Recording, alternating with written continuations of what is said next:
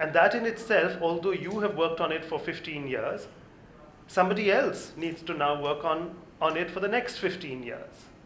And where is the policy in place to be able to fund somebody to do it for 15 years, or a person also expected to do it of their own initiative in the way that you've been able to do this? And is it really fair to have somebody traverse the journey that you've had to traverse for the past 15 years to be able to create those maps?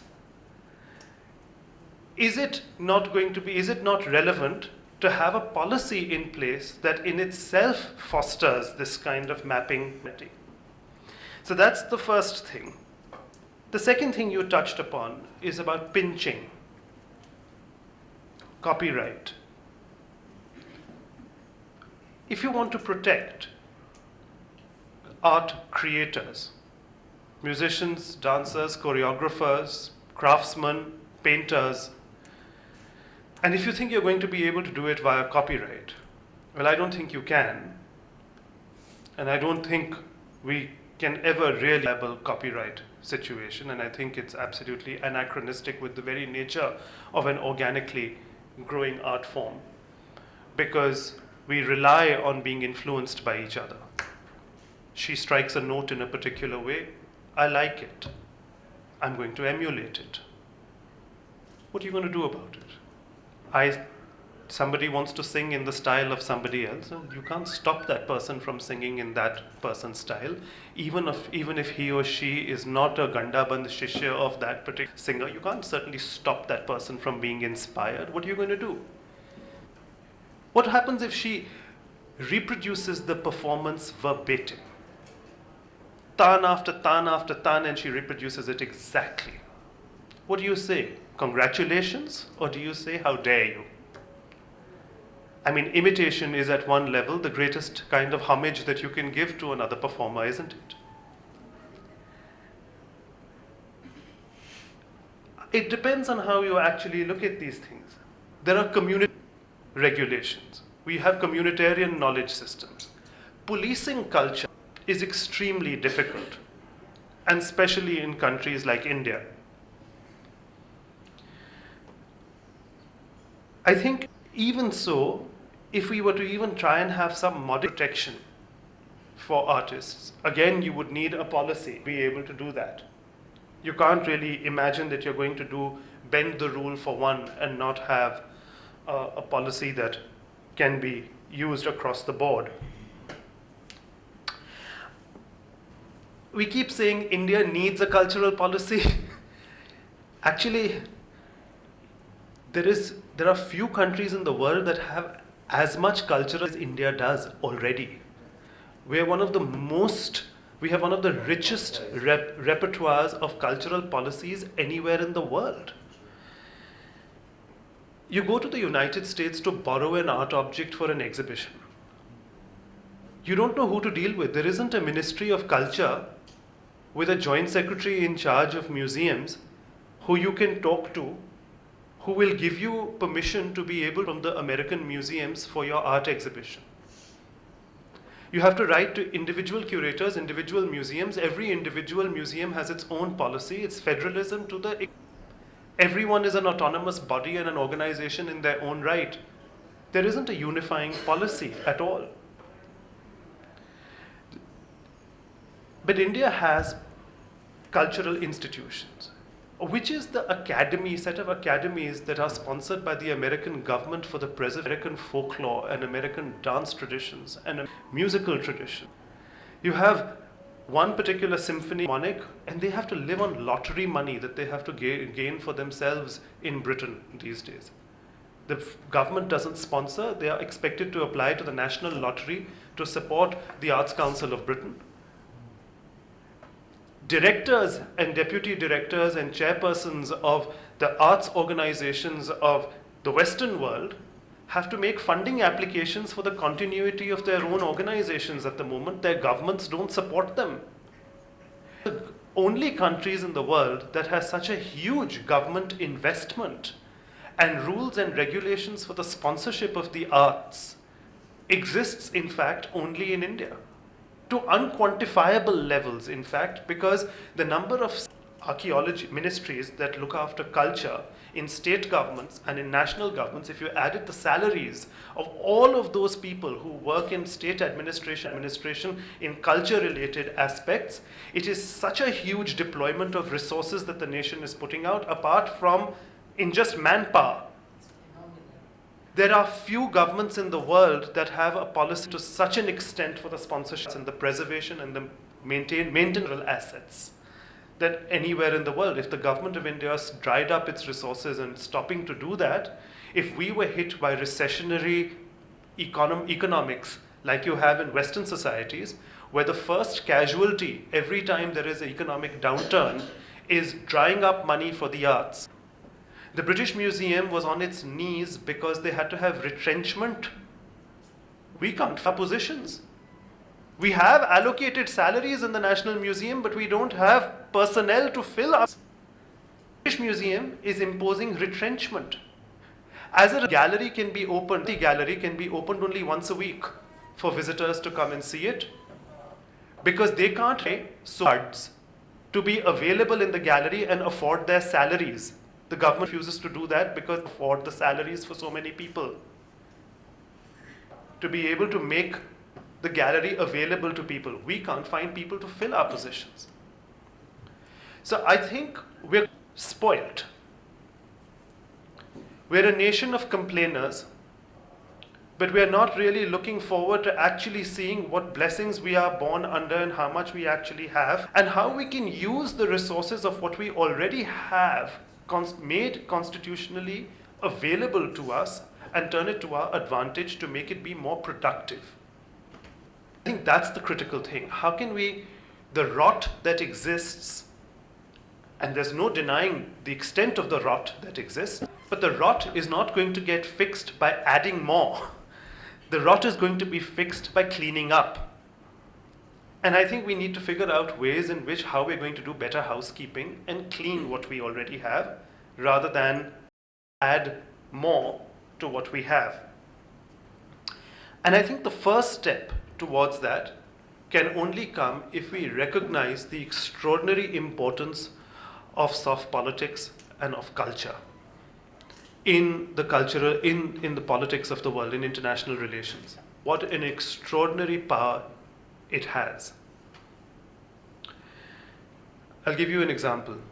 In 2001, I was a curator at the British, and I was doing something in one of the showcases in the Indian Art Gallery, and my departmental secretary came running downstairs and says that there is the Guardian observers, war correspondent has called from a satellite phone from Bagram airfield. This is 2001, the Allied forces had just gone into Afghanistan. And she said that they will call back in 20 minutes. Can you be at your desk? They need a quotation from you for the papers. So I went back to my desk and I was baffled, very young. It was time I have to give an official response, not on behalf of the government of India, but on the behalf of the British Museum as an employee of the British government, and I would be expected to make a that would be reported in the national broadsheets. What must have been 26, 27 maybe, and it was slightly galling. And I had this war correspondent ring me up, and he described what he was seeing. He says, I'm in the control tower, and all around me I can see stealth bombers, carpet bombing Bagram airfield. And I said, well, Bagram, which is the same as what we had as art historians been taught about as Begram, a very ancient and important site of Afghanistan, which had been excavated for the French. And it had the most priceless objects of glass and Indian ivory and Greek and Roman of gods and goddesses had all been found together, which must have belonged to some trader in Afghanistan in his strong room underground. They found things from all over the world that were lying there, which had all been collected before 200 AD. Begram, which had been the crucible of civilization containing precious objects from all over the world, where the French were unable to complete their excavations. Today, those sites lie, lie carpet bombed. And he's describing the carpet bombing to me. And I was so appalled at what he was narrating from that control tower that I couldn't stop from expressing my horror. The tragedy was that despite the cultural mapping that had been done by the British in the 1940s, yet this travesty was being enacted before one, where they were unsympathetically bombing Afghanistan. What use was the cultural mapping in that case, where you can't take informed decisions? Cry was raised as a result. I gave a very strong quote about the matter. Not that my little quote would have made any difference. Others spoke about it. Well, I spoke about what it was and how important it was for the British government to be able. And there's so much for the past 40, 50 years we'd known about the importance of Bagram, and yet, despite our mapping, it was being carpet bombed. But what happened as a cumulative result of me and a few other people and speaking about it was that the American training for soldiers had to be changed. And you now look up their websites, Army, and you can actually see information on how policies have been brought in to train soldiers as to what they are supposed to do when they go into the war theater and how they are supposed to protect cultural assets. It's become a well-known fact that whenever a war breaks out, you can create maximum damage in Syria, for instance, by bombing the great Mosque of Damascus. By putting one bomb on the Taj Mahal, you will destroy the morale and the spine of India, because the great symbol of India has gone, even though nobody lives there. You are not causing a casualty to millions of lives, but you have destroyed something symbolically. One bomb at a strategic location in the Twin Towers, and the reverberations of that will be felt forevermore, not because of the however many people died, but because of the symbolic act of the destruction of that monument can send the symbolic effect of that is huge. How does a government, therefore, train its armed forces be able to protect cultural assets? Unless the maps exist, there will be no such policy. Unless these casualties are met with regularly, we won't know what to do with these situations. I think we need to understand something else. The next point I wanted to talk about. Why is it that we have such a hard time filling the positions in the National Museum, in the academies of the state government? Why are there no trained personnel? Why aren't there enough educated people who are practitioners of dance as well as theoreticians, who've done doctoral work, who've done masters and MPhils and whatever else, and have theoretical knowledge in the performing arts as well as in the practice of dance, applying for the very positions in the state academies that exist all over the country? Why aren't there enough curatorial positions being filled today in the museums of India by people trained art historians? Why is that? These are systemic. We have things in place, but they're not being filled by trained persons. And actually, we have remarkably few places in which training is being imparted. The great policy crisis exists largely because we have we don't have enough personnel to fill those positions, but there's another reason. Why is it that civil servants seem to think that getting a posting in a department of archaeology and culture is a punishment? If they're no longer, the government doesn't seem to think that getting a culture posting is a worthy posting. It means that a politician seems to think that his least worthy member in the state cadre should be given the culture, give him archaeology, give him something like that where he won't interfere with the functioning of the state. Why give him an important position like commerce or industries or irrigation and agriculture are hugely important portfolios.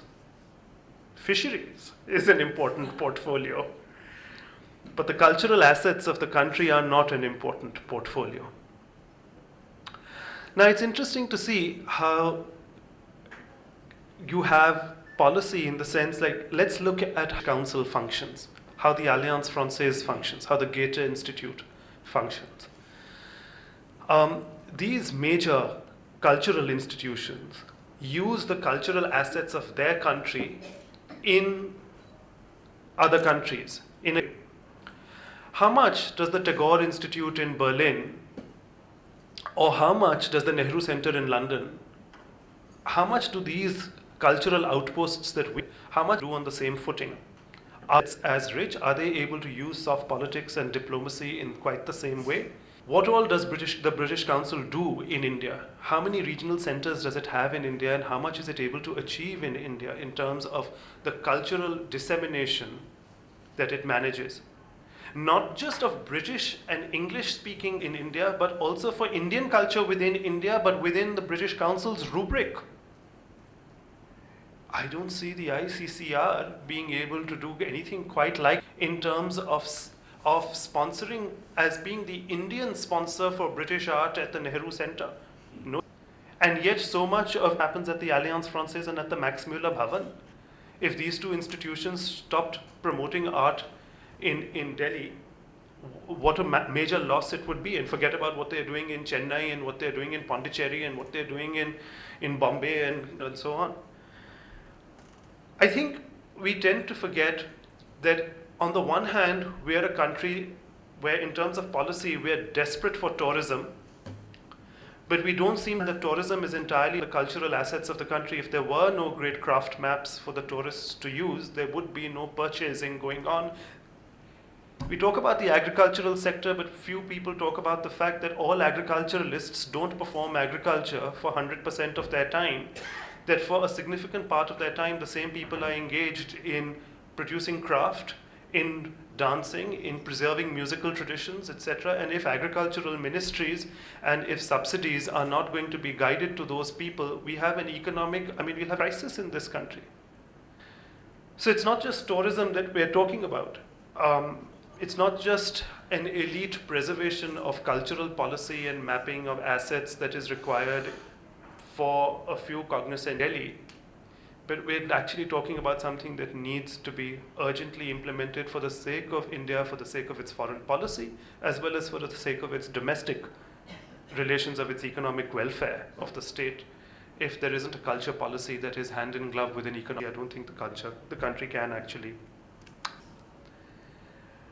Yet at the same time, in the name of transparency and efficiency, we seem to have taken upon ourselves very regressive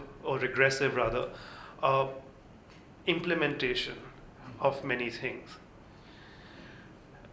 We seem to find it impossible even now to have a 24/7 channel of Hindustani music, despite the fact that the All India Radio has the world's largest archives of music, of Hindustani music. But a private Radio Gandharv came up and ran till its platform of satellite dried up in India, and they didn't get a satellite radio extension in India. But the Prasar Bharati has not yet been able to achieve a 24/7 channel of music that is nationally broadcast, despite having the world's largest library available, copyrighted, available to them. How difficult can it be when all over the world you have Radio 3 in Britain with constant 24 hours of classical music going on? You can listen to Classic FM at the same time. And if you get online, there are how many channels of 24 hours Western classical music being by God knows how many countries in the Western world.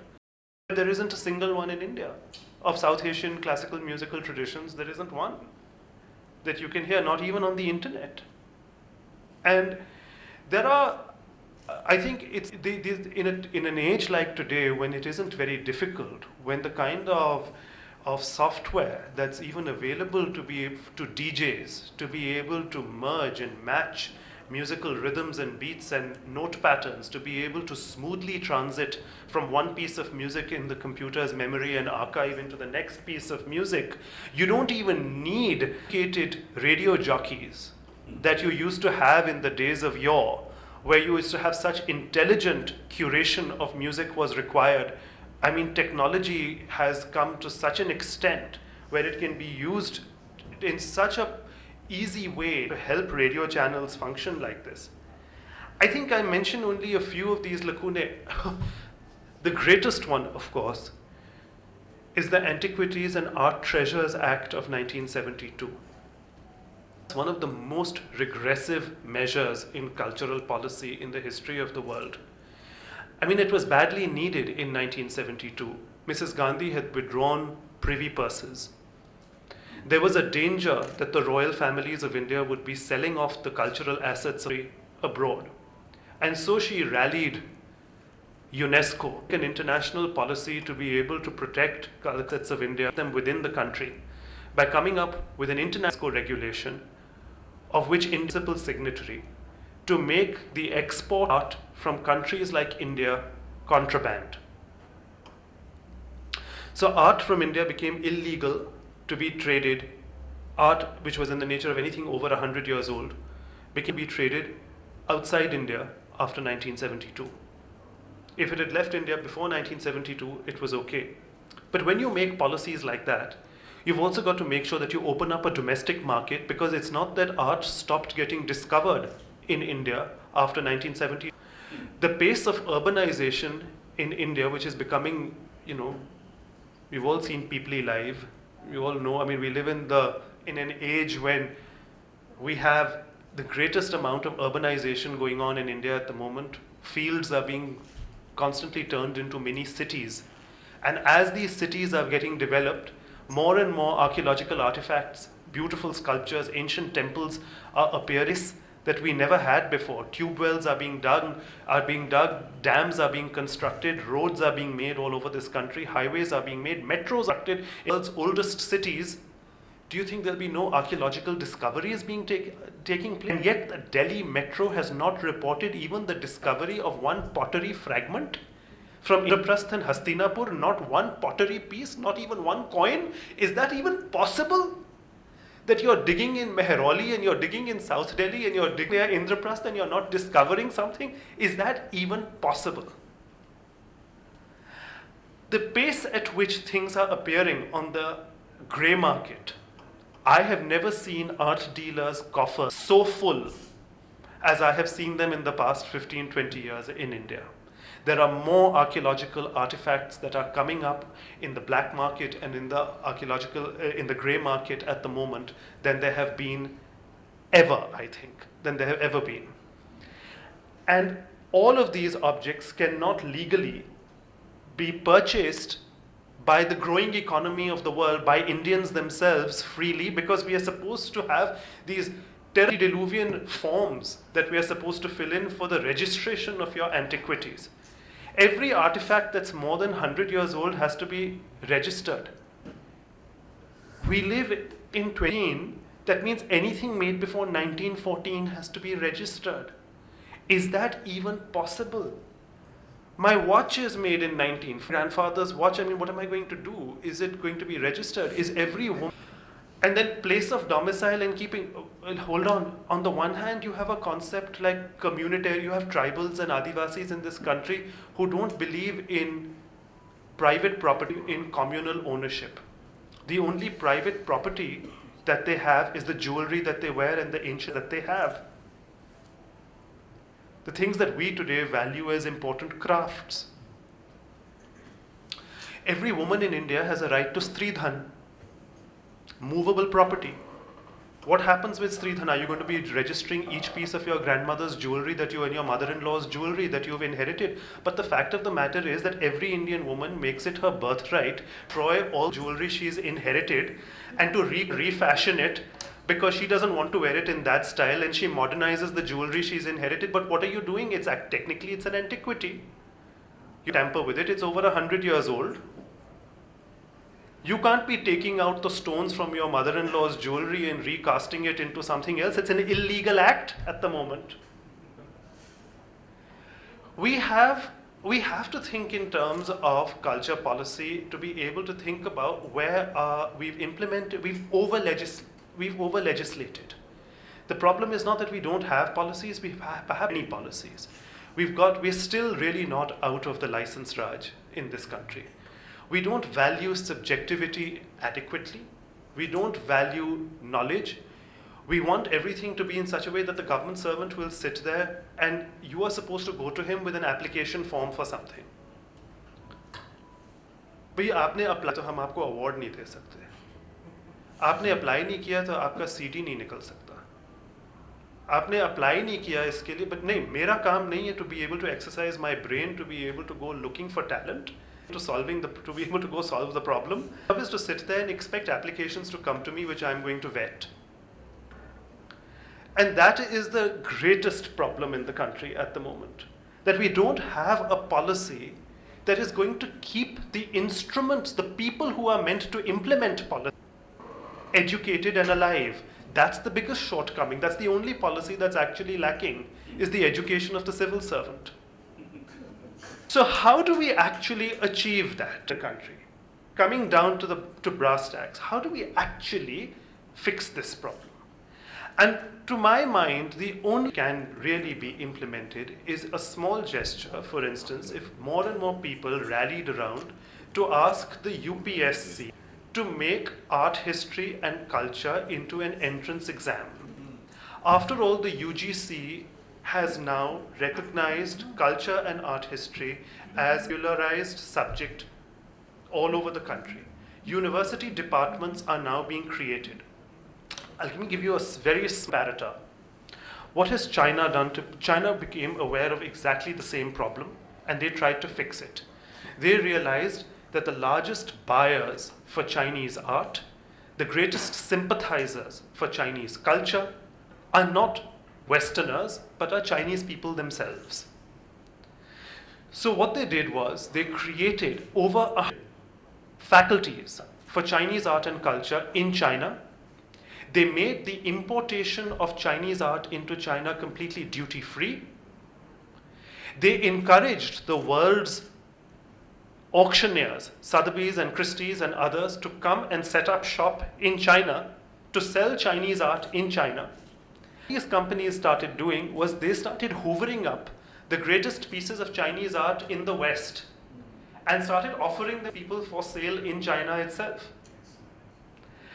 Now, China, like India, is experiencing the greatest amount of development and urbanization. They know that they are discovering more sites than their archaeological service can deal with. But they know that the minute they excavate a site, it's not just about excavation, it's about dissemination. After you excavate a site, you have to protect that site, you have to construct a museum there. How do you construct so many museums? Who's going to man those museums? Like we have a crisis of personnel, know that they have a crisis of personnel. So they have 100 faculties. And so it's interesting that they have invested in education because they know within 5 years they will have a cadre of trained professionals to look after those cultures that they are discovering. Unfortunately, a 15-year horizon is more than the 4-year horizon that our politicians seem to think with. And we have to get out of the policy of 4 to 5-year horizon, which is what we are geared only to think in a 4 to 5-year horizon till the next election. We can't seem to think of policy, 15-year policy.